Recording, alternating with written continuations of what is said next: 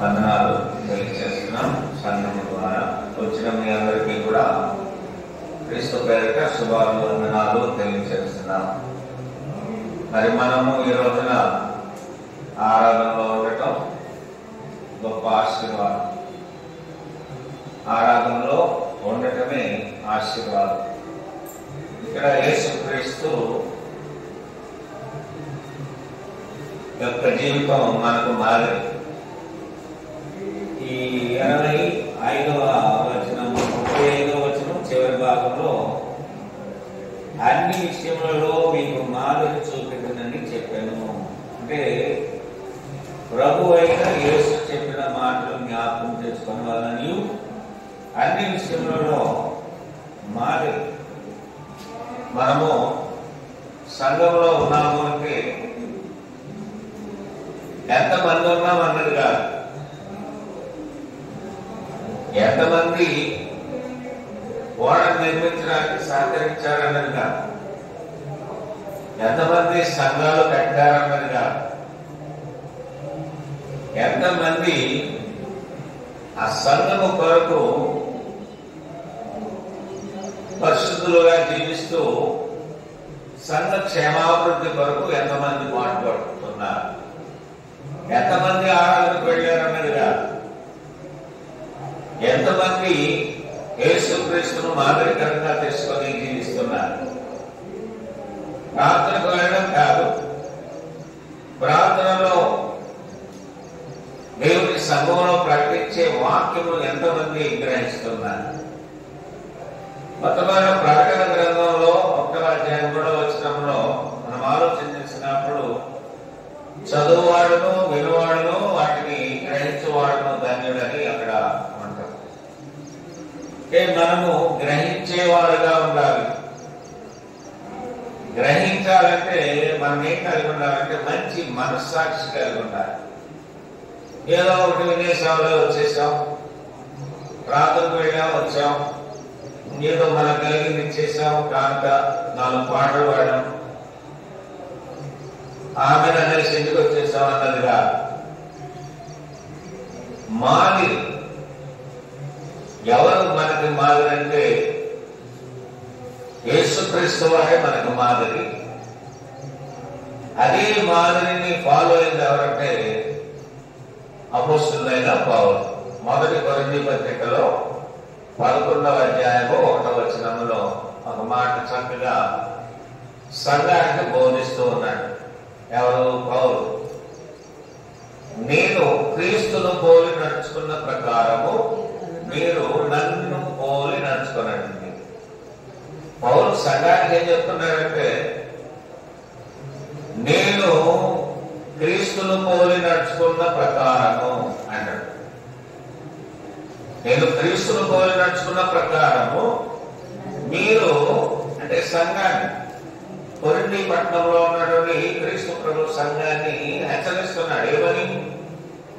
మీరు కూడా నన్ను పోలి నడుచుకున్నాడు. అంటే క్రీస్తుని అనుసరిస్తున్నటువంటి వ్యక్తిగా మనం పౌరులు చూస్తున్నాం. కారణం ఏంటంటే ఆయనకు మంచి మనస్సాక్షి ఉంది. ఎటువంటి మనస్సాక్షి ఉంది? మంచి మనస్సాక్షి. ఇప్పుడు ప్రతి మనిషికి మనస్సాక్షి ఉండాలి. దేవుడు నన్ను సృష్టించాడు, దేవుడి పక్షంగా నేనేం చేస్తున్నాను? మేలు చేస్తున్నానా? కీడు చేస్తున్నాను?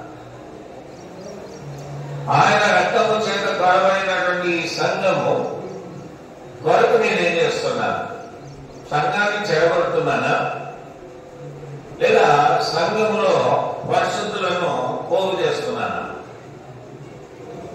అంటే ప్రతిరోజు ఏదో ఒక క్రొత్త సంగతిని దేవుని బిడ్డలు నేర్చుకోవాలి. ఏదో ఒక కొత్త సంగతి అంటే వ్యక్తిగత లోకంలో సంగతులు కాదు. ఈరోజు మనకు జ్ఞానేంద్రియాలు ఉన్నాయి, అంతరింద్రియాలు కూడా ఉన్నాయి.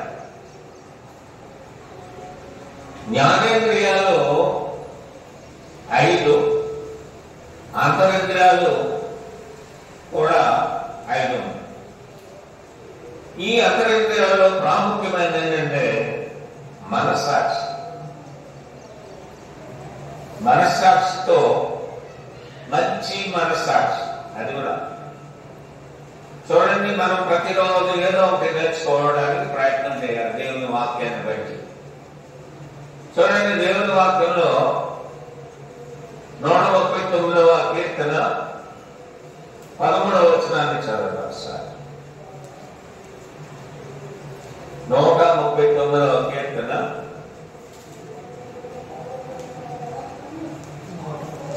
13వ వచనం.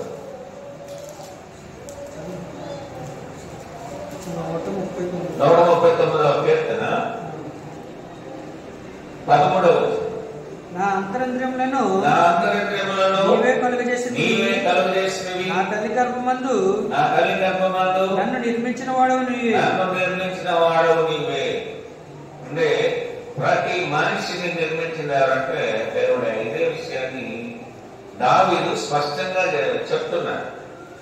దావీదు అర్థమైంది ఏమని, నా అంతరంద్రములను, ఇంద్రియాలు అంటే అంతర్ముఖముగా అనగా లోన ఉన్నటువంటి ఇంద్రియాలు ఉన్నాయి. సెన్స్ ఆర్గన్స్ కాకుండా, జ్ఞానేంద్రియాలు కాకుండా, జ్ఞానేంద్రియాలు మనకు బయట కనిపిస్తూ ఉంటాయి. అంతరింద్రియాలు కనిపిస్తాయా? బయట కనిపించినవి అంతరింద్రియాలు. దీన్ని కలుగజేసిన వాడు ఎవరు? దేవుడే. అందుకే నా అంతరింద్రియములను నీవే కలుగజేసినవి, నా తల్లి గర్భమందు నన్ను నిర్మించిన వాడు నీవే. తల్లి గర్భములో మనల్ని నిర్మించిన వాడు ఎవరంటే దేవుడే, సృష్టికర్త. తల్లి గర్భం చాలా ప్రాముఖ్యమైనది. తల్లి గర్భాన్ని ఒక మందిరముతో, గుడితో పోల్చవచ్చు. ఆ స్థలంలో ఎటువంటి పాపము ఉండదు. అంటే అటువంటి ఉన్నతమైన స్థలములో నన్ను నిర్మించిన వాడవు నీవే అంటున్నాడు దావీదు. ఈరోజు కూడా మనం మనసాక్షి కలిగి దేవుడు ఎంత పరిశుద్ధమైనటువంటి జీవితాన్ని మనకిస్తే, లోకంలో పడగానే, లోకంలోకి రాగానే వివిధ తంత్రములను కలిగించుకుంటూ మన మనస్సాక్షికి విరుద్ధంగా జీవించేవారు ఎంతో మంది సంఘాల్లో ఉన్నారు. కాబట్టి మనము మంచి మనస్సాక్షి కలిగిన వారుగా ఉండాలి. మంచి మనస్సాక్షి అంటే, మనస్సాక్షి అంటే ఏంటంటే ఇది తప్పు, ఇది ఒప్పు అని తెలియజేసేది మనస్సాక్షి. తప్పొప్పులను తెలియజేసేది మనస్సాక్షి. యోహాను సువార్త 14వ అధ్యాయము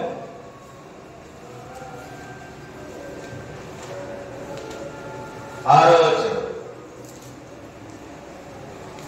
యేసుక్రీస్తు ఇక్కడ కూడా ప్రస్తావిస్తున్నాడు. ఏమని?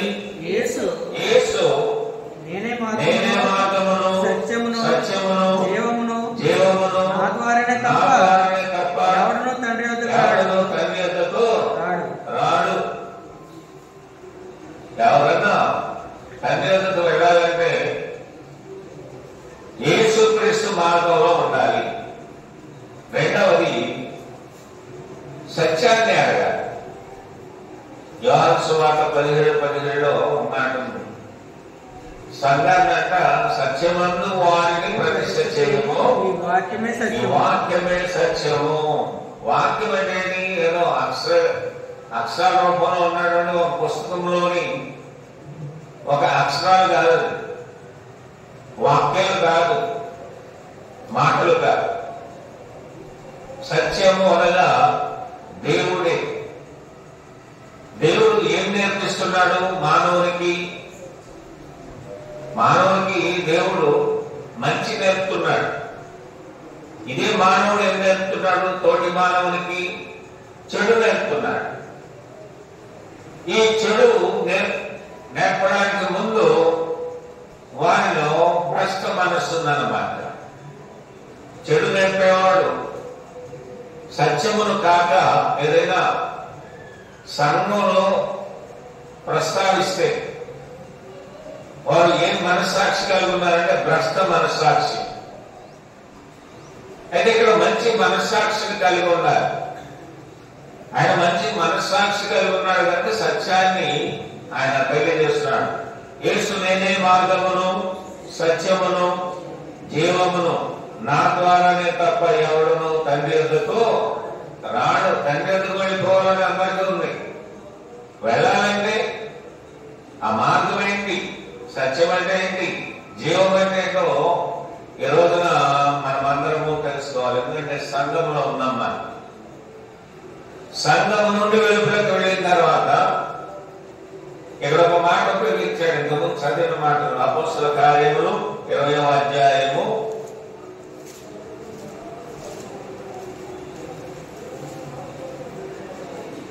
29-30 వచనాలు. నేను వెళ్ళిపోయిన తరువాత క్రూరమైన తోడేళ్ళు మీలో ప్రవేశించునని నాకు తెలియదు. వారు మందను కనికరింపరు మరియు శిష్యులను తమ వెంట ఈడ్చుకొని పోవాలని వంకర మాటలు పలుకుచు మనుషులు ఎక్కడ బయలుదేరతారంట? సంఘంలో నుండే బయలుదేరతారు. సంఘంలోనే వంకర మాటలు పలికేవాడు ఉంటారు. వారికి ఏ మనసాక్షి ఉన్నదంటే మంచి మనసాక్షి ఉన్నదంటే దేవుని పిల్లలుగా భక్తిని కనబరుస్తున్నటువంటి ప్రతి వ్యక్తి కూడా మంచి మనస్సాక్షి కలిగి ఉండాలి. అంటే మన అంతరింద్రియాల్లో హృదయం ఉంది, మనస్సు ఉంది, మనసాక్షి ఉంది, మనోనేత్రం ఉంది, ఆలోచనలు ఉన్నాయి. అయితే మనము ఏ ఆలోచన కలిగి ఉండాలి అంటే మంచి ఆలోచన కలిగి ఉండాలి. దాన్ని మంచి మనస్సాక్షి అంటారు. అలాగే మంచి మనస్సాక్షి గురించి అపోస్తలుడైన పౌలు రోమా పత్రికలో కూడా తెలియజేస్తున్నాడు. రోమా పత్రిక 2వ అధ్యాయం 15వ వచనం. అట్టి వారి మనస్సాక్షి కూడా సాక్ష్యం ఇచ్చుచుండగను వారి తలంపులు ఒకదానికొకటి తప్పు మోపుచు లేక తప్పు లేదని చెప్పుచుండగను ధర్మశాస్త్ర సారము తమ హృదయములందు రాయబడినట్టు చూపుచున్నారు. అంటే ఇక్కడ అట్టి వారి మనస్సాక్షి కూడా సాక్ష్యం ఇచ్చుచుండగను వారి తలంపులు ఒక దాని మీద ఒకటి తప్పు మోపుచుంది. అంటే మనలో ఉన్న మనస్సాక్షి మన గురించి మనకు తెలియజేస్తున్నప్పుడు నాది తప్పు కాదు అని ఇతరుల మీద తప్పు మోపేటటువంటి స్వభావాన్ని కూడా కలిగి ఉంటారు. బలహీనత అంటే నిజంగా తప్పు చేస్తుంటారు, కానీ నేను ఆ తప్పు చేయలేదు, నేను పవిత్రులను పరిశుద్ధులను లేదా నేను బోధించేది సత్యము అని మనస్సాక్షికి విరుద్ధంగా ఆలోచన చేస్తూ జీవిస్తూ ఉంటారు. అంటే సాక్ష్యము, నీవు దేవుని ఎదుట మంచి సాక్ష్యం కలిగి ఉండాలి. మంచి సాక్ష్యం. చూడండి, దావీదు జీవితంలో ఊరియా భార్యను మోహించాడు.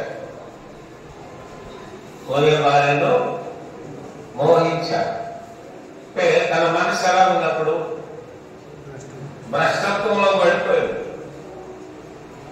యోసేపు అయితే తప్పించుకున్నారు.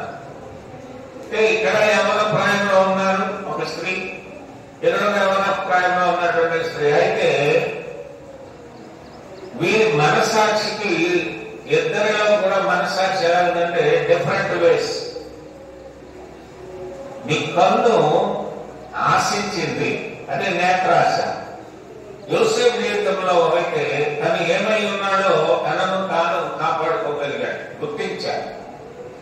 అంటే నేను ఇటువంటి కార్యము చేయకూడదు అనుకున్నాడు, పరస్త్రీని వ్యామోహించకూడదు అనుకున్నాడు. అయితే దావీదైతే లోపడిపోయాడు.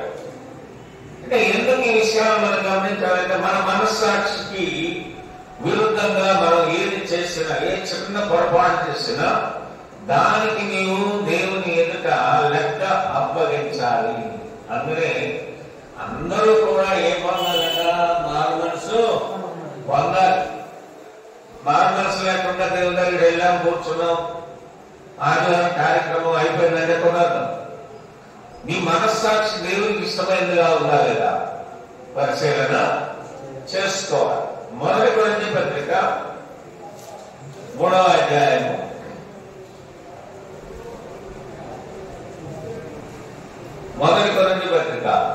3వ అధ్యాయం 3వ వచనం. మీలో అసూయలు కలహములు ఉండగా మీరు శరీర సంబంధమై మనుష్య రీతిగా నడుచుకున్న వారు కారా? చూసారా?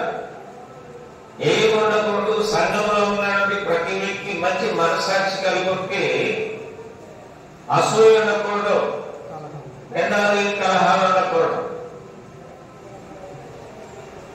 లోకంలో అనేక మందిని మనం పరిశీలించినప్పుడు వారి వారి కులాన్ని ప్రేమించేవారు, వారి వారి మతాన్ని ప్రేమించేవారు, వారి వర్గాల వారిని ప్రేమించేవారు సంఘాల్లో ఉండి భక్తిని కనబరుస్తున్నారు. అటువంటి భక్తి వ్యర్థమైనది. నువ్వు ఏ జాతి వాడైనా, ఏ మతస్థుడైనా, ఏ కులస్థుడైనా, ఏ ప్రాంతము వాడైనా అందరి కొరకు నీవు ప్రేమ కలిగి ఉండాలి. యేసుక్రీస్తు అందరినీ ప్రేమించాడు, అంతేనా కదా? ఒకరినే ప్రేమించాడు. వీళ్ళందరూ మనవాడా, వీళ్ళందరూ మనవాళ్ళు అని ప్రేమించలేదు. జాతిని, మతాన్ని ఎప్పుడు ప్రేమించలేదు. దేన్ని ప్రేమించాడు? మనుషులను ప్రేమించాడు.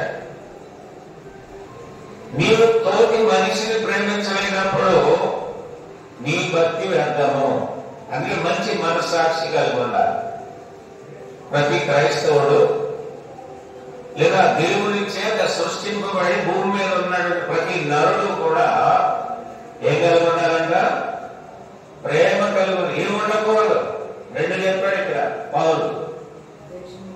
మీలో అసూయలు కలహములు ఉండగా, అంటే సంఘంలో ఉన్నటువంటి చలామణవుతున్నటువంటి దేవుని భక్తి పరులైనటువంటి వారిలో ఏమున్నాయంట? అసూయ కలహములు ఉండగా మీరు శరీర సంబంధులై మనుష్య రీతిగా నడుచుకున్న వారు కారా? అంటే మనుష్య రీతిగానే ఉన్నారు, అంటే పోలిక రాలేదు. యేసుక్రీస్తు మాదిరి అని వాక్యం చెప్తూ ఉంటుంది. అంటే అనేకమైన అసూయ, ద్వేషము, మత్సరము, క్రోధము, దొంగతనము, వ్యభిచారము, దూషణ మాటలు, తీయటి మాటలు, కల్పింపబడిన మాటలు, ఇటువంటివన్నీ చేసేటటువంటి వారు ఏ స్వభావాన్ని కలిగి ఉన్నారు అంటే ఇక్కడ చెప్తున్న శరీర సంబంధమైన మనుషులుగానే ఉంటున్నారు. మనం నిజంగా రక్షణ పొందితే వీటన్నింటినీ కూడా ఏం చేయాలంట? విడిచిపెట్టాలి. కనుక దావీదు జీవితానికి, యోసేపు జీవితానికి రెండింటికి కంపేర్ చేసుకుంటే ఇద్దరు ఒక్కొక్క స్థితిలో ఉన్నారు. కానీ తనను తాను రక్షించుకున్నవాడు గొప్పవాడు యోసేపు. యోసేపు తనను తాను ఏం చేసుకున్నాడు? ప్రొటెక్ట్ చేసుకున్నాడు. నీవు కూడా నిన్ను నీవు కాపాడుకుంటే మంచి మనస్సాక్షి ఉన్నట్టు. మళ్ళా పశ్చాత్తాపడేటువంటి వారు ఎంతమంది ఉన్నారు పరిశుద్ధ గ్రంథంలో. ఇస్కరియోతు కూడా తప్పు చేసేసిన తర్వాత పశ్చాత్తాపడ్డాడు. అంటే మంచి మనస్సాక్షి యేసుక్రీస్తును బంధించిన తర్వాత, శిలువకు అప్పగించిన తర్వాత తనకు కలిగి. కనుక దేవుని బిడ్డలైనటువంటి మనము మంచి మనస్సాక్షి కలిగి మనం చేసే క్రియలు, పనులు మంచివా కాదా అని మనమే ఒక మంచి నిర్ణయానికి వచ్చి దేవుడిని ఆరాధించవలసిన అవసరం ఉంది. తప్పులు మనస్సాక్షి కలిగి దేవుని మహిమపరుస్తూ ఉన్నాము అని అనుకుంటే దేవుడు అట్టివాడిని అంగీకరించేవాడు కాదు. రోమీయులకు రాసిన పత్రిక 13వ అధ్యాయము 5వ వచనం. కాబట్టి 13వ అధ్యాయము 5వ వచనం. కాబట్టి ఆగ్రహ భయములను బట్టి మాత్రము కాక మనస్సాక్షిని బట్టి లోబడి ఉండుట ఆవశ్యకము. మనస్సాక్షి ఉండాలి. నువ్వు లోబడలేదు అంటే నీకు మంచి మనస్సాక్షి లేదన్నమాట. అధికారులకు లోబడాలి, పెద్దలకు లోబడాలి, సేవకునికి లోబడాలి, భర్తకు లోబడాలి, కుటుంబానికి లోబడాలి, మంచి ఆత్మీయులకు లోబడాలి. ఇక్కడ అంటే ఈ విషయాన్ని తెలియజేస్తున్నాడు. కాబట్టి ఆగ్రహ భయమును బట్టి మాత్రము కాక మనస్సాక్షిని బట్టి మనస్సాక్షి ఉన్నారు. దేవుని వాక్యానికి విరుద్ధంగా నడుచుకుంటూ మనం ఆరాధన చేస్తే వాటి వల్ల ప్రయోజనం ఏమీ కూడా లేదు. మంచి మనస్సాక్షి కలిగి ఉండాలి. మనస్సాక్షి కలిగిన వారు సమయానికి ఆనందంగా ఉంటాడు. మంచి మనస్సాక్షి కలిగి ఉంటే సిద్ధపడి వస్తారు. దేవుడిని వాడుకోరు. ఈనాడు వాడుకునే వారు చాలా మంది ఉన్నారు, దేవుడిని వాడుకుంటూ ఉన్నారు. అంటే మేము భక్తి పరులం అని లోకానికి కనబరచడానికి. అంటే మనము క్రమాన్ని తప్పిపోతున్నాం. ఈ క్రమాన్ని గుర్తెరగాలంటే మనలో మంచి మనస్సాక్షి ఉండాలి. అందుకే ఇక్కడ చక్కగా ఆ మాటను తెలియజేశారు. మనస్సాక్షిని బట్టి లోబడి ఉండటం ఆవశ్యకము. మంచి మనస్సాక్షి ఉందనుకో వాళ్ళు లోబడతారు. ఇప్పుడు పిల్లల్లో మంచి మనస్సాక్షి ఉందనుకోండి, ఎవరికి లోబడతారు? తల్లిదండ్రులకు లోబడతారు. పనిచేసే ఎంప్లాయీస్ ఉంటారు అనుకోండి, మంచి మనస్సాక్షి ఉంటే వారు ఎవరికి లోబడతారు? అధికారులకు లోబడతారు.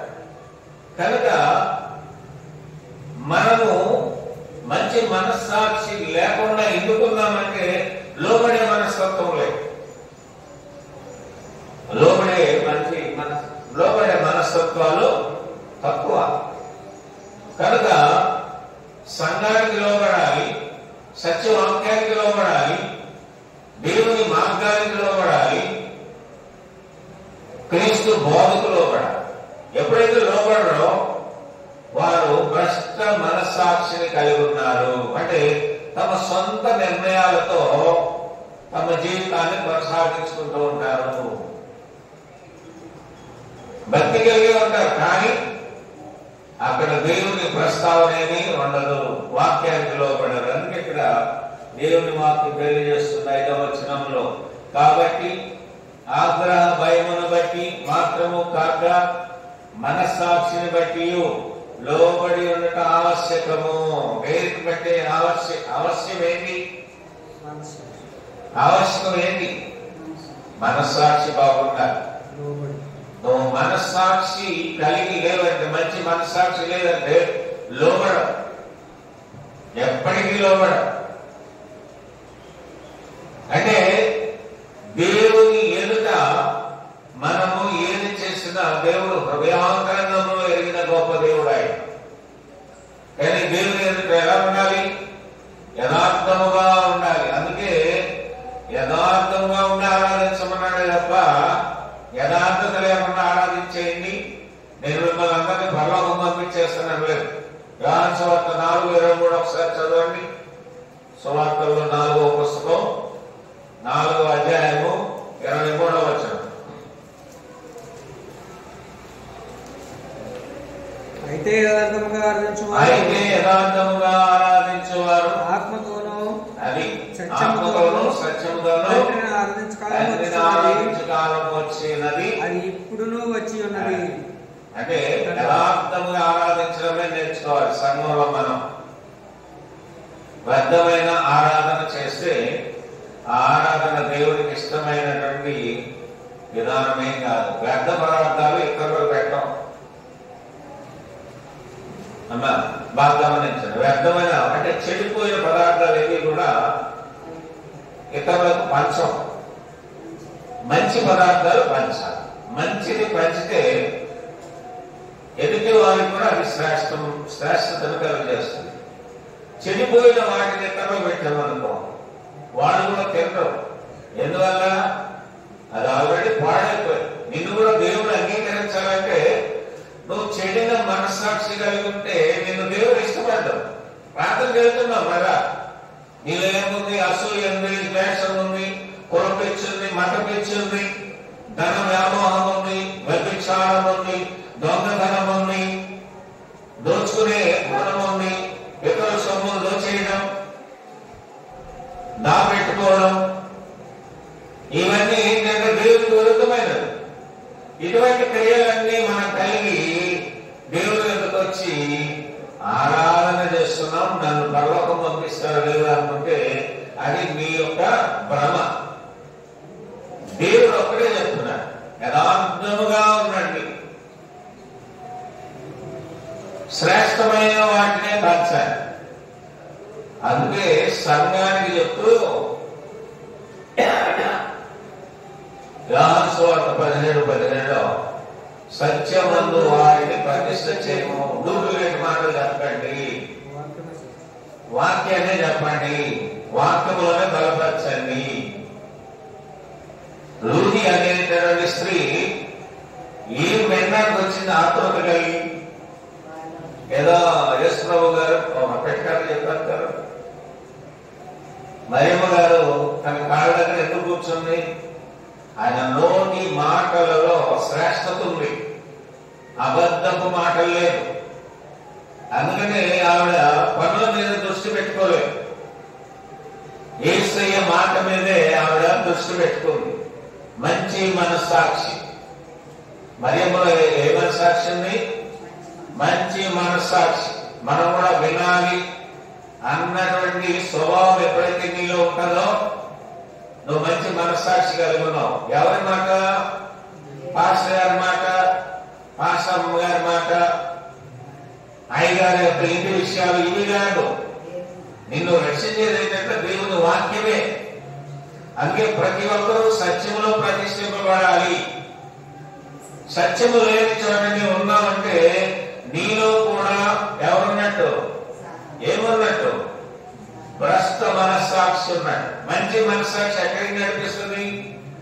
సత్యములోనికి నడిపిస్తుంది, మంచిగా ఆలోచింపజేస్తుంది, చెడు ఆలోచనలకు దూరంగా ఉన్నదైతే మనస్సాక్షిలో ఉన్నటువంటి ప్రధానమైన లక్షణాలను కొన్ని చూద్దాం.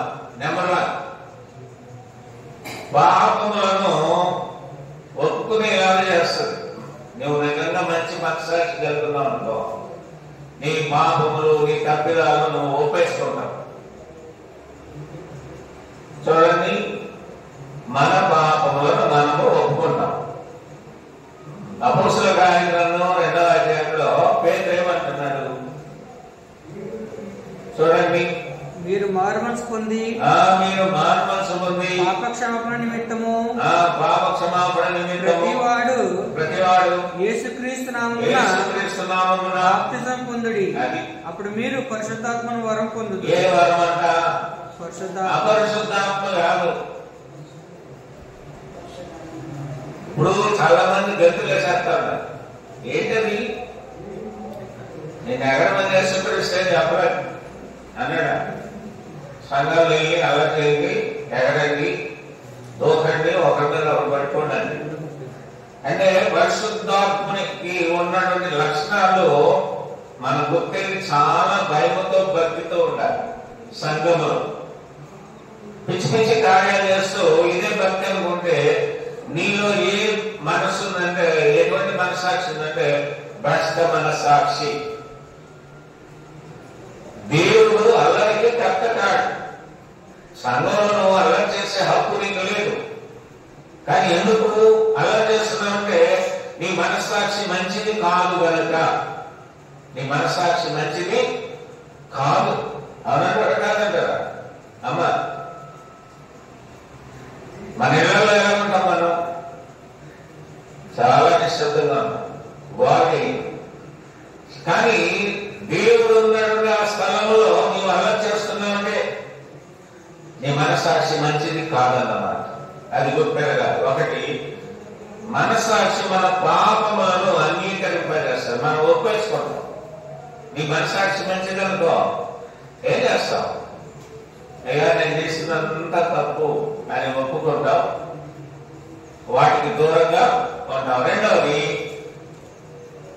తాను చేసిన పాపము మంచి మనస్సాక్షి లేకపోతే తెలియదు. నీ మనస్సాక్షి మంచిదనుకో, నువ్వు చేసే పాపము నువ్వు గుర్తిస్తావు. నాలో ఏ తప్పు లేదండి, నేను చాలా మంచివాడిని అంటే అనవాడు. మనం అందరూ పాపము చేసి దేవుడు అనుగ్రహించు మహిమను పొందలేకుండా ఉంటున్నారు. కనుక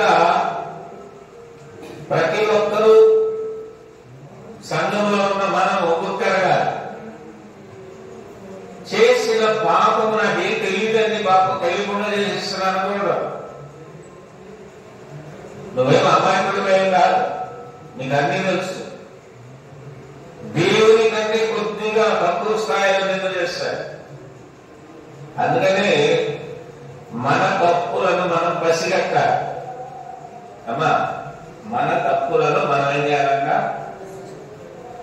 పసిగట్టాలి. పసిగట్టడం అంటే అందరి విషయాలు తెలుస్తుంది, కానీ మనలో ఉన్న పాపము వచ్చి మనం ఒక్క యోచన కూడా చెయ్యం. వాటిని విడిచిపెట్టడానికి ఇష్టపడం.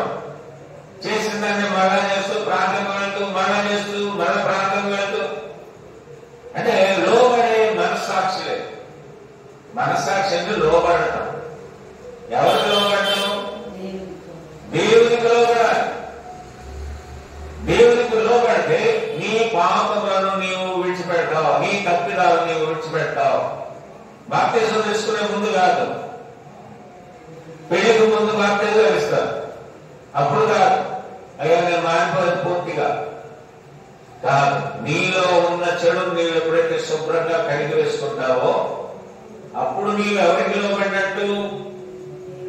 ఎవరికి లోబడినట్టు? దేవునికి లోబడినట్టు. దేవునికి లోబడినప్పుడు నీవు నీ పాపములను విడిచిపెట్టి సంఘములో నీవు దేవునిని యథార్థంగా ఆరాధన చేస్తావు. మూడవది ఏంటంటే, ఇప్పుడు రెండో పాయింట్లు చెప్పారు. ఒకటేమో పాపములను అంగీకరింపజేస్తుంది మనస్సాక్షి, మంచి మనస్సాక్షి. రెండవదేమో చేసినటువంటి పాపమును గుర్తేవి పాపమునకు దూరంగా ఉంచుతుంది రెండవది. మూడవది, తాను ఏ స్థాయిలో ఉండి పాపం చేశాడో గుర్తించగలుగుతాడు. ఏ మనస్సాక్షి ఉంటే? మంచి మనస్సాక్షి ఉంటే నేను ఏ స్థాయిలో ఉండి పాపం చేశానో నేను గుర్తెరుగుతాను. అవునండి, నేను చేసిన తప్పే, నన్ను క్షమించండి అని కోరుకుంటాడు. గుర్తెరగకపోతే క్షమించమని అడిగే ప్రసక్తే ఉండదు. లోబడే మనస్తత్వమే ఉండదు. భ్రష్ట మనస్సాక్షి కలిగి జీవిస్తూ ఉంటారు. మూడవది ఏంటంటే, చేసిన పాపాన్ని బట్టి ఏడవాలి. ఎప్పుడు నవ్వుతూ ఉంటాం. దేవుని చేస్తూ, పాపము చేస్తూ నవ్వుకుంటూ ఉంటాం. వీరందరూ ఎవరు? సిగ్గులేని వారు. ఎవరన్నా వేడిలో పాపం పెట్టుకొని ఇతరులను చూసి నవ్వుకుంటూ ఉంటారు. అసలు సిగ్గుపడాల్సింది ఎవరిని బట్టి? నన్ను బట్టి నేను సిగ్గుపడాలి. ఎందుకంటే నాలో ఏముంది? పాపం ఉంది. ఏంటి ఆ పాపం? ఒక్క పాపమైన పాపమే. ఇప్పుడు ఏం చేయాలి? మనము క్రమాన్ని తప్పకూడదు. మన మాదిరి ఎవరు? యేసుక్రీస్తు వారే. మనం ఇంతకుముందు చదివాం దేవుని వాక్యంలో. మన మాదిరి యేసుక్రీస్తు వారని అపోస్తలుడైన పౌలు కూడా చెప్పాడు. కాబట్టి యేసుక్రీస్తును మాదిరిగా తీసుకున్న మనము మంచి మనస్సాక్షి కలిగి ఉండాలి. నాలుగోది, పాపాన్ని ఒప్పుకోవాలి.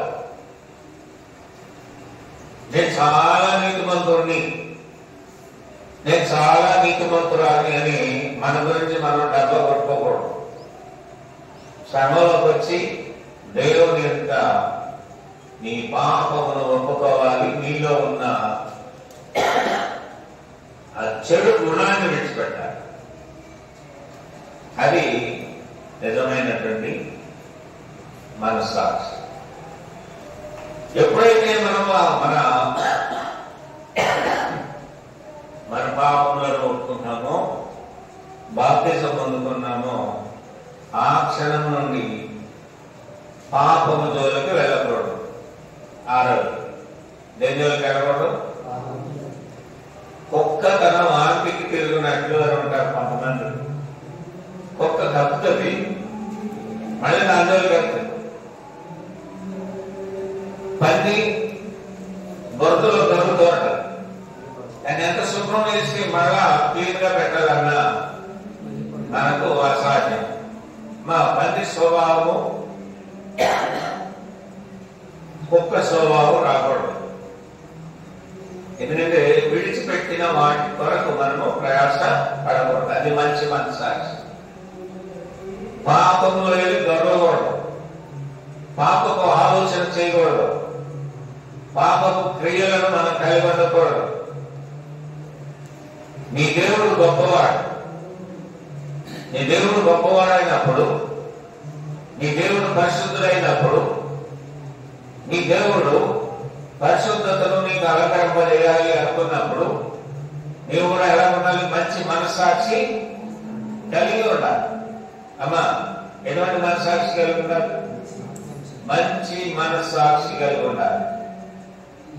ఎప్పటికీ కూడా మనం ఒప్పుకున్నాడని పాపాలు, విడిచిపెట్టినాడని పాపాలను మళ్ళా మనం చేయడానికి ఇష్టపడకూడదు. దట్ ఈస్ రక్షణ. నిజంగా రక్షణ అనేది ఏదో ఒక పండగ రోజు, ఏ మీటింగ్ రోజు బాప్తిజం తీసుకుంటే అది నిజమైన బాప్తిజం కాదు. రియల్ గా రిపెంటెన్స్ రావాలి. నిజమైన మారు మనసు దుఃఖమును కలుగజేస్తుందట. అయ్యో, నేను ఇంత పాపిగా ఉన్నాను, నేను చాలా ఘోరమైన స్థితిలో ఉన్నాను, నా స్థితి ఇంటి కాకుందని ఎవరి గురించి వారు ఆలోచిస్తే అది నిజమైన మనస్సాక్షి. చూద్దాం, ఎప్పుడు ఎవరికి మనం ఏ కొలత కొలుస్తామో అదే కొలతతోనే దేవుడు మనం ప్రతిఫలాన్ని ఇస్తాడు.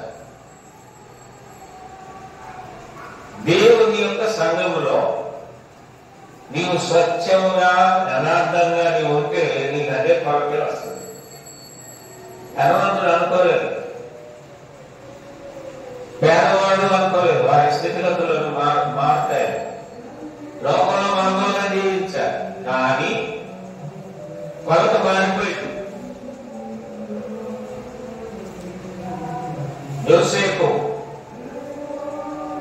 యోసేపును నిర్లక్ష్యం చేశారు చాలా మంది వారి అన్నలు. కానీ ఎక్కడ ఉంచారు? దేవుడు ఉన్నతమైన స్థానంలో ఉంచాడు. దేవుడు మీద మన మనస్సాక్షి మంచిదైతే దేవుడు దీన్ని ఎక్కడ ఉంచుతాడంటే ఉన్నతమైన స్థానంలో ఉంచుతాడు. ఈరోజు అందరి ఎదుట మనం తక్కువగా ఉండొచ్చు, అందరూ మనల్ని హేళనగా చూడవచ్చు, కించపరిచే మాటలు మాట్లాడచ్చు, మనని దోచుకోవచ్చు, మన మీద నేరాలు మోపచ్చు, సాయం చెప్పచ్చు. కానీ దేవుడు వీటన్నిటినీ గమనిస్తూ ఉన్నాడు. ఎప్పటికీ నీ మనస్సాక్షిని పాటు చేసుకోకుండా కాపాడుకోవాల్సిన బాధ్యత ఎవరి మీద ఉందంటే మన మీద ఉంది. చూద్దాం, మత్తయి సువార్త 23వ అధ్యాయము 34వ వచనం.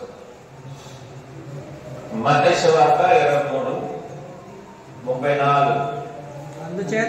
అందుచేత ఇదిగో నేను మీ యొద్దకు ప్రవక్తలను ప్రవక్తలను ఆజ్ఞలను శాస్త్రులను పంపుచున్నాను. మీరు వారిలో కొందరిని చంపి శిలువ వేయుదురు, కొందరిని మీ సమాజ మందిరములలో కొరడాలతో కొట్టి పట్టణము నుండి పట్టణమునకు తరుముదురు. అంటే వీళ్ళలో ఏం లేదు, క్షమించే గుణం లేదు. కానీ వీళ్ళ ఉద్దేశం ఏంటి? వారు ఏ సంతానము? సర్పములారా. 32-33 వచనంలో సర్ప సంతానమా అంటే స్వభావము మంచిదిగా, అంటే దేవుని యొక్క సంఘములో ఉన్నటువంటి రక్షణ పొందిన మనము సర్ప స్వభావము కలిగి ఉండకూడదు, విషాన్ని చెమ్మకూడదు. తోటి వారిపై, సంఘంలో ఉన్న సభ్యులపై, ఎవరిపైన కూడా విషపూరితమైన తలంపులు, విషపూరితమైన మాటలు, విషపూరితమైనటువంటి కార్యక్రమాలు చేస్తే నిజమైన రక్షణ పొందలేదు, మనసాక్షి మంచిది కాదని మనం గుర్తెరగాలి. ఇప్పుడు ఏం కావాలి మనకి? నిజమైన రక్షణ కావాలి. వీరు ఎప్పుడు కూడా యేసుక్రీస్తు మీద, ఆయన శిష్యుల మీద కక్ష కట్టుకునే జీవించారు. శాస్త్రులు, పరిసయ్యులు, యూదులు అందరూ. ఎందువల్లంటే వారి స్వభావము మంచి మనస్సాక్షి కలిగింది కాదు. దేవుని బిడ్డలకు ఎటువంటి మనస్సాక్షి ఉండాలి? ప్రశ్న, ఏ మనస్సాక్షి కలిగి ఉండాలి? ఇప్పుడు నిన్ను దేవుడు ప్రశ్నిస్తున్నాడు, నన్ను కూడా అడుగుతున్నాడు, నీవు మంచి మనస్సాక్షి కలిగి ఉన్నావా? క్షమించే గుణం ఉందా నీకు? నేను ఎంత మాత్రం క్షమించనండి, దాన్నే గుర్తుపెట్టుకొని గేదెలాగా నెవరేస్తూ ఉంటాను. లేదా అటువంటి వాళ్ళు సంఘాల్లో లేరంటారు. చేసిన దాన్ని మాటికి చెప్పడం, జ్ఞాపకం చేసుకోవటం, దాన్ని ఇతరులకు కూడా చెప్పడం. వీరిలో ఈ మనస్సాక్షి ఉంది కనుక వారు దేవునికి, దేవుని వాక్యానికి, కుటుంబానికి, సంఘానికి, ప్రజలకు లోబడని పిల్లలు దేవునికి ఇష్టలా. కాబట్టి ప్రియమైన దేవుని బిడ్డలారా, మంచి మనస్సాక్షితో నీవు ప్రార్థన చేయాలి. ఒకటి, ఏ మనస్సాక్షి ఉంది ప్రార్థన చేయాలి? నీ అంతరంగం బాగలేకుండా నువ్వు ప్రార్థన చేస్తే ఆ ప్రార్థన దేవుడు అంగీకరించడు. రెండవది, ప్రేమతో మంచి మనస్సాక్షి కలిగి వాక్యాన్ని వినాలి, అలాగే వాక్యం బోధించాలి. ఎవరినో ఉద్దేశించి వాక్యం బోధించిన అవసరం లేదు. ఏదో ఒక సందర్భాన్ని గుర్తుపెట్టుకొని వాక్యం బోధించిన అవసరము లేదు. ఒక్క ఆత్మనన్నా రక్షించడానికి మనం ప్రయాస పడాలి. అది మంచి మనస్సాక్షి. చూడండి, మనము పాపాన్ని ఒప్పుకుంటే మనం ఏమున్నట్టు? మంచి మనస్సాక్షి ఉన్నది. ఇది తప్పు బాబు, ఆ తప్పు చేయకూడదు నేను అనుకున్నాడు అనుకో, అతను ఏముంది? ఫస్ట్ ఇశ్రాయేలు తప్పే చేశాడు, కానీ తర్వాత పశ్చాత్తాపడ్డాడు. దావీదు పొరపాటు చేశాడు, మళ్ళా ఏమయ్యాడు? పశ్చాత్తాపడ్డాడు. ఎందుకు ఇలాంటి విషయాలు మనం జ్ఞాపకం పెట్టుకోవాలి? మళ్ళీ ఇంకా సంఘంలో అననీయ సభ్యురాలు అనేవారు ఉన్నారు. వారిలో సేమ్ మైండ్ సెట్ ఉంది. వాళ్ళిద్దరికీ ఒకే మైండ్ సెట్. అబద్ధం ఆడారు, పరిశుద్ధాత్మ దేవుడిని ఏం చేశారు? మోసం చేశారు. ఈ స్వభావము మంచి మనస్సాక్షి కలిగిన వారిలో ఉన్నారు, విడిచిపెట్టేస్తారు. కాబట్టి మనం ఏ మనస్సాక్షి కలిగి ఉన్నామో మనకు మనంగా ఏం చేయాలి? పరిశీలన చేసుకోవాలా వద్దా? చేసుకోవాలి. బాప్తిజం చేసేసుకున్నానంటే కుదరదు. బాప్తిజం చాలా మంది తీసుకుంటారు. బాప్తిజం తీసుకొని నీ అంతరంగ స్వభావం మారకపోతే, నీ మనసు మారినప్పుడు నీలో మంచి మనస్సాక్షి ఎందుకు ఉంటుంది? భ్రష్ట మనస్సాక్షి ఉంటుంది. భ్రష్టుడు దేవుని రాజ్యానికి వారసుడా? భ్రష్టత్వంలో జీవిస్తూ నేను దేవుని పరలోక రాజ్యంలోకి వెళ్ళిపోతాను, నా ప్రార్థనలో దేవుడు అంగీకరించేసాడంటే కుదరదు. అందుకనే మనమందరం కూడా మంచి మనస్సాక్షి కలిగి ఉన్నాం. మంచి హృదయంతో అందరి కొరకు ప్రార్థన చేద్దాం. స్వార్థపూరితమైన ప్రార్థన కాదు, అందరి కొరకు ప్రార్థన చేయాలి. దేవుడు పెట్టు అమ్మా, అందరి కొరకు ఏం చేయాలి? నువ్వు ప్రార్థన చేయాలి. వారు మన మతమా, కులమా, మన జాత, మన పక్కన ఉండేవాళ్ళు, మనం ఇష్టపడేవాళ్ళు, మనకు డబ్బులు ఇచ్చేవాళ్ళు, అలాంటివి కాదు. ఆ స్వభావం కలిగి నీవు ప్రార్థన చేస్తే నీ ప్రార్థన దేవుడు అంగీకరించాడు.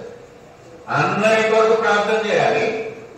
అందరి క్షేమాన్ని కోరి నీవేం చేయాలంటే ప్రార్థన చేయాలి. అది మంచి మనస్సాక్షి. అవునంటారా కాదంటారా? ఎవరికైనా ఇబ్బంది కలిగితే మొట్టమొదట బాధపడేవారు ఎవరు? దేవుని బిడ్డలు బాధపడాలి. మనకు అసలు చల్లనే లేదనుకో, అట్లీస్ట్ వాడి వరకు ప్రార్థన చేయండి. కనుకనే మంచి మనస్సాక్షి కలిగి ఉన్నాం. ఇక్కడ దేవుని యొక్క వాక్యం తెలియజేస్తుంది ఏంటంటే, మనస్సాక్షి ఇతరులను నిందించదు. మంచి మనస్సాక్షి ఉందనుకో, ఇతరులను నిందించకూడదు. అమ్మ సంఘంలో ఉంటే మనం అందరం కూడా ఈ 5 లక్షణాలు. ఒకటి మనస్సాక్షి, పాపములను అంగీకరించాలి. నేను పాపిని అని ఎవరు ఎదుట? దేవుని ఎదుట ఒప్పుకోవాలి. రెండవది ఏంటంటే, ఎన్నడూ పాపము చేయడానికి ఇష్టపడకూడదు. చెడు ఎప్పుడైతే నీలో ఉందో నువ్వు గుర్తించినప్పుడు ఆ చెడు జోలికి వెళ్ళకూడదు. వాక్యం ఏమంటుందంటే, దుష్ట సాంగత్యము మంచి నడవడిని చెడు. నువ్వు దుష్టులతో సహవాసం చేస్తే నువ్వు కూడా పాడలేవు. క్రీస్తుతో సాంగత్యం చేయి. అపోస్తల బోధనందును సహవాసనందును, సహవాసాన్ని గురించి ఎందుకు చెప్తుంది బైబిల్? అక్కడ అపోస్తల బోధ ఉంది. అపోస్తల బోధ ఉన్న చోట నీవు లేకపోతే నువ్వు చేసే సహవాసం మంచిది కాదని కొట్టారు. పిలవగానే యేసుక్రీస్తును ఎందుకు వెంబడించారు వాళ్ళు? ఆయనలో అంత గొప్పదనం ఉందని గుర్తారు కదా. అంటే వారి మనస్సాక్షి ఎటువంటిది? మంచి మనస్సాక్షి. నీవు క్రీస్తును వెంబడించాలి, క్రీస్తును మాదిరిగా తీసుకోవాలి. సంఘానికి అపోస్తులైన పౌలు చెప్పినట్టు, క్రీస్తును పోలి నడుచుకున్న ప్రకారం మీరు నన్ను పోలి నడుచుకునండి. క్రీస్తుని మాదిరిగా తీసుకోకుండా ఏ మత నాయకులను, మత బాధకులను, అలాగే సేవకులను మాదిరిగా తీసుకొని ప్రయాణం సాగిస్తే నీ మనస్సు మంచిది కాదన్నమాట. మనిషిని చూస్తున్నావే తప్ప దేవుడిని గమనించడం లేదు. నీ కళ్ళ ముందు ఎవరు కనిపిస్తున్నారు? మానవ మాతృలు కనిపిస్తున్నారు కనుక నీవు మనుషులకు లోబడిపోతున్నావు. ఎవరికి లోబడాలి? మీరే చెప్పండి. అసలు ఎవరికి లోబడాలి? సేవకుడైనా సేవకురాలైనా ఎంత గొప్పవారైనా అందరూ కూడా దేవునికి లోబడాలి. అది మంచి మనస్సాక్షి. అందరూ సంఘంలో ఉన్నారా? బయట ఉన్నామా? ఇక్కడ విశ్వాసులు ఉన్నారు, సేవకుడు ఉన్నారు, పెద్దలు ఉన్నారు. వీళ్ళందరూ ఉండేది ఒకే స్థలమే. మనందరికీ పైన ఉన్నవాడు దేవుడే. అందుకే పైన వాటిని వెతకమన్నాడు. ఎక్కడుండేది వెతకమన్నాడు? పైన వాటిని వెతకండి. భూ సంబంధమైన వాటిపైన మనసు కట్టుకొని వచ్చేసాం. మూడో పాయింట్ ఏంటంటే ఇతరులను నీలో మంచి మనస్సాక్షి ఉంటే నీవు ఎవరిని నిందించవు. మంచి మనస్సాక్షి ఉందనుకో నీలో, నువ్వు ఎవరిని కూడా నిందించవు. అందరినీ నువ్వు క్షమిస్తావు. యేసుక్రీస్తు ఎప్పుడు ఎవరిని నిందించలేదు. నిందించాడమ్మా? వీళ్ళు యూదులన్నీ ఎలా చేశారు, శాస్త్రులు ఎలా చేశారు, పరిశీలు ఎలా చేశారు, నా మీద కక్ష కట్టేశారని ఆయన బాధపడలేదు, క్షమించాడు. ఏం చేశాడమ్మా? మరి నీవు క్షమించలేకపోతే నీలో మంచి మనస్సాక్షి లేదన్నమాట.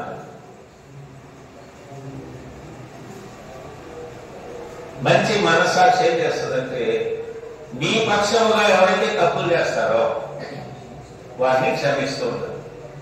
ఉదాహరణ అవునా కదా?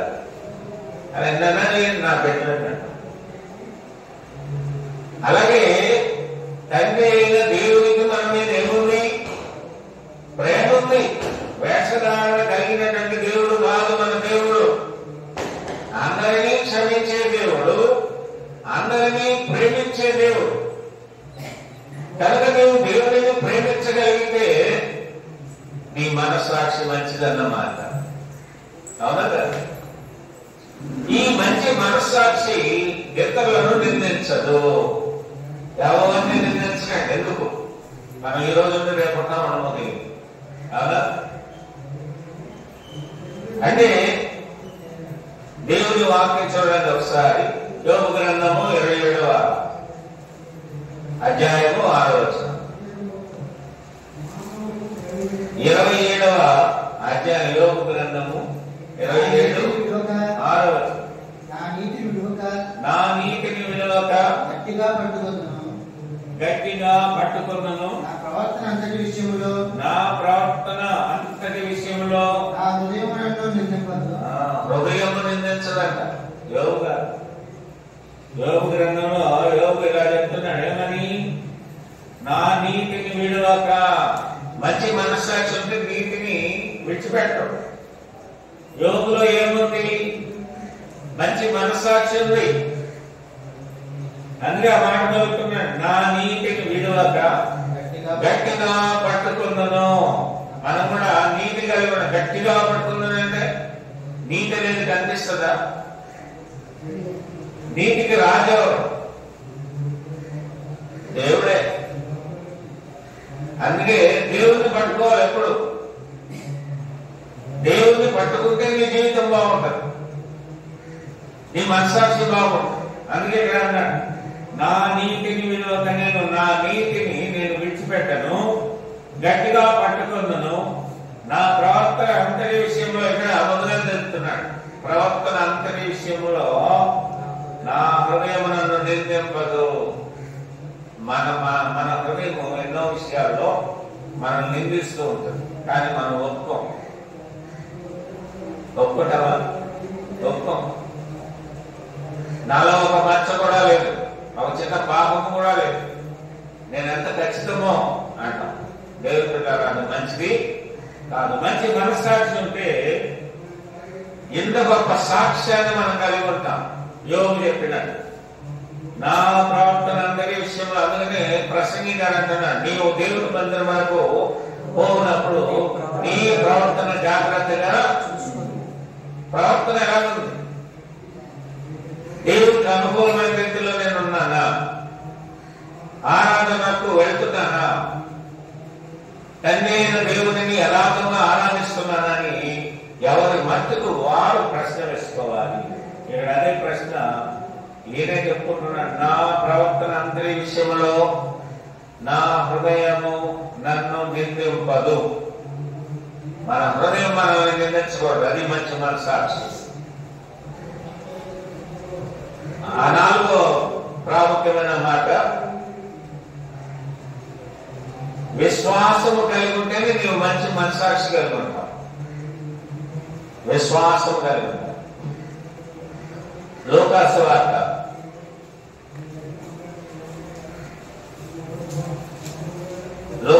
వార్త 17వ అధ్యాయము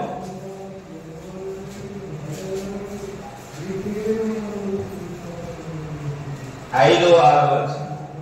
అపోస్తలులు అపోస్తలులు వారి విశ్వాసము వృద్ధి పొందించమని ప్రభువుతో చెప్పగా ప్రభు మీరు ఆవగింజంత విశ్వాసం గలవారైతే ఈ కమ్మలి చెట్టును చూచి నీవు వేళ్లతో కూడా వెల్లడింపబడి సముద్రంలో నాటబడునని చెప్పినప్పుడు అది మీకు లోబడును. మీరు విశ్వాసులైతే, మీరు నిజముగా విశ్వాసము కలిగిన వారైతే అందరూ లోబడతారు. మీకు ఆ విషయాన్ని ప్రస్తావిస్తున్నాడు యేసుక్రీస్తు. మీరేం కలిగి ఉండాలి? విశ్వాసము కలిగి ఉండాలి. విశ్వాసము వలన మాత్రమే. విశ్వాసం ఉండేవారు ఎవరు? విశ్వాసులు ఎవరంటే మంచి మనస్సాక్షి కలిగిన వారు. ఈ మంచి మనస్సాక్షి కలిగిన వారు తమలోని తప్పులను గుర్తెరుగుతారు, దేవుణ్ణి క్షమించమని కోరుతారు, తమ పాపములను ఒప్పుకుంటారు, ఇతరులను నిందించరు, ఇతరులను క్షమిస్తూ ఉంటారు. ఇవన్నీ మంచి మనస్సాక్షికి ఉండే లక్షణాలు. అందుకనే మన మనస్సాక్షి అంతకంతకు వృద్ధి చెందాలి. ఆస్తులు వృద్ధి చెందడం కాదు, మన అంత చందాలు, మన ఐశ్వర్యము, మన బలము, శరీర బలం ఇది కాదు వృద్ధి చెందడం. 10 మంది బలం వెనక వేసుకుంటే అది కాదు వృద్ధి చెందడం. నీవు విశ్వాసమైతే నీ మనస్సాక్షిని వృద్ధి చేసుకుంటావు. ఒక మొక్క ఎదగాలంటే నీరు కావాలి, మంచి నేల కావాలి, సూర్యుని యొక్క వెలుగు కావాలి, దాని చుట్టూ కూడా భద్రత కావాలి. అప్పుడు ఆ మొక్క చక్కగా ఎదుగుతుంది. మనం కూడా మంచి మనస్సాక్షితో ఎదగాలి అంటే దేవుని వాక్యంతో మాత్రమే మీరు ఎదగాలి. దేవుని వాక్యంలో ఏముందంటే నీతి ఉంది, విశ్వాసం ఉంది, మంచి మనస్సాక్షి. కనుక ఈ విషయాలను 4వదిగా మీరు గుర్తుంచుకోవాలి. అంటే విశ్వాసము కలిగి ఉండాలి. విశ్వాసముతోనే నీవు దేవునితో ప్రయాణము చేయాలి. కంటికి కనిపించే వాటితో నువ్వు ప్రయాణం చేయకూడదు. అందుకనే ముందే హెచ్చరిస్తున్నాడు, పైన ఉన్న వాటిని వెళ్తామన్నాడు, భూ సంబంధమైన వాటిని కాకుండా. 5వది, మనము అన్ని విషయాల్లో మనస్సాక్షిని పెంచుకోవాలి. ఎలా పెంచుకుంటాం? మనలో ఉన్న తప్పిదాలను మనం గుర్తెరిగినప్పుడు మనం ఎదుగుతాం. గుర్తెరిగినప్పుడు ఏం చేస్తాం? మంచి మనస్సాక్షి కలిగి ఉండేవారు ఆ పాపములను విడిచిపెడతారు. చేసిన తప్పు మరలా చేయకుండా జాగ్రత్త పడతారు. చూడండి, రోమిలకు రాసిన పత్రిక 13వ అధ్యాయము 5వ వచనంలో ముందే చెప్పాడు, లోబడి ఉండాలి. చదవండి ఒకసారి. అపోస్తలుడైన పౌలు రోమ సంఘానికి రాస్తూ రోమపత్రిక 13:5. కాబట్టి ఆగ్రహ భయమును బట్టి మాత్రము కాక మనస్సాక్షిని బట్టి లోబడి ఉండుట ఆవశ్యకము. ఏది అవశ్యము? ఇక్కడ డబ్బులు అవసరం, అందం అవసరం, లేదా హోదా అవసరం, కులం అవసరం, మతం అవసరం, లేదా ఉద్యోగం అవసరం అంటలేదు. మనస్సాక్షి. నీ మంచి మనస్సాక్షితో నువ్వు లోకంలో చాలా అభివృద్ధి చెందగలవు. అభివృద్ధి అంటే కంటికి కనిపించే ఐశ్వర్యం కాదు.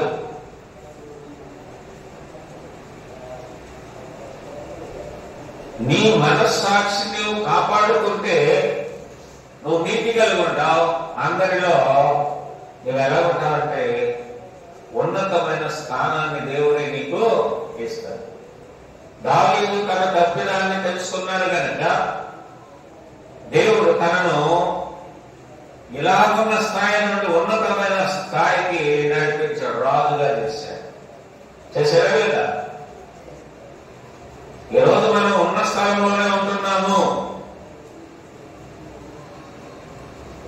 అని ఎందుకు మనం ఆలోచించలేకపోతున్నామంటే మనలో మంచి మనస్సాక్షి లేదు. కాబట్టి ఇప్పుడు దేవుని బిడ్డలకు ఉండవలసినవి, భక్తి కనపరిచే నీకు ఉండవలసింది ఏంటంటే మంచి మనస్సాక్షి కలిగి ఉండాలి. కాబట్టి ప్రియమైన దేవుని బిడ్డలారా, చివరిగా యాకోబు పత్రిక 3వ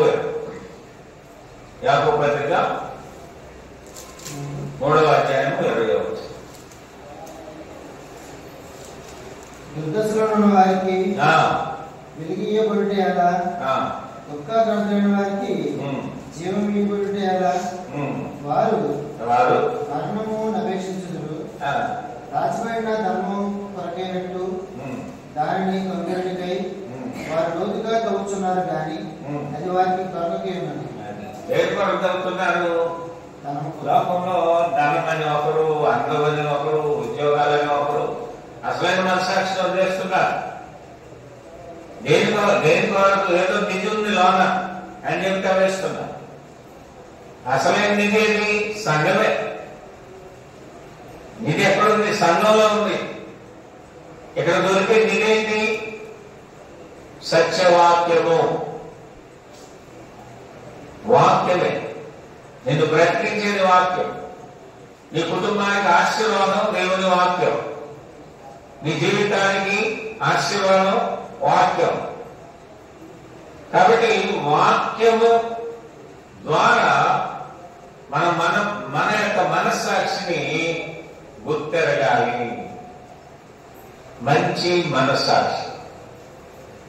కాబట్టి ప్రియమైన దేవుని బిడ్డలారా, ఈ లక్షణాలన్నీ మనం కలిగి భ్రష్ట మనస్సుకు దూరంగా ఉండాలి.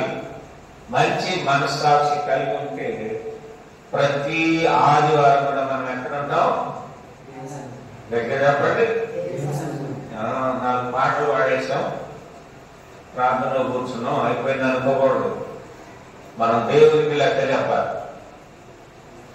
ప్రార్థనకు వెళ్ళేవారు, రక్షింపబడిన వారు, బోధకులు అనబడేవారు, సంఘాల్లో హోదా కలిగినటువంటి వారు అందరూ కూడా ఎవరికి లెక్క చెప్పాలి? సేవకుడికి కాదు లెక్క చెప్పేది, దేవుడికి లెక్క చెప్పాలి. ఎప్పుడు లెక్క చెప్తావు నువ్వు? నీ గురించి నువ్వు లెక్క చెప్పాలంటే నువ్వు ఎటువంటి మనస్సాక్షి కలిగి ఉండాలి? మంచి మనస్సాక్షి కలిగి ఉంటే నువ్వు దేవుడికి లెక్క చెప్తావు. భ్రష్టత్వంతో కూడిన మనస్సాక్షి ఉంటే నేను ఎవరికి లెక్క చెప్పాల్సిన అవసరం లేదు, నా ఇష్టం, నేను ఎలాగైనా జీవిస్తాను, నేను ఎలాగైనా ఉంటాను. అయితే నీతిని కలిగి ఉండాలి. యోగు గారు ఏమన్నారు? నీతిని గురించి ఆయన ప్రస్తావిస్తున్నారు. కనుక ప్రియమైన దేవుని బిడ్డలారా, మనం ఏ మనస్సాక్షి కలిగి ఉన్నామో ఎవరి మట్టుకు వారు పరిశీలించుకోవాల్సిన అవసరం ఎంతైనా ఉంది. నాలో భ్రష్ట మనస్సాక్షి ఉందా? మంచి మనస్సాక్షి ఉందా?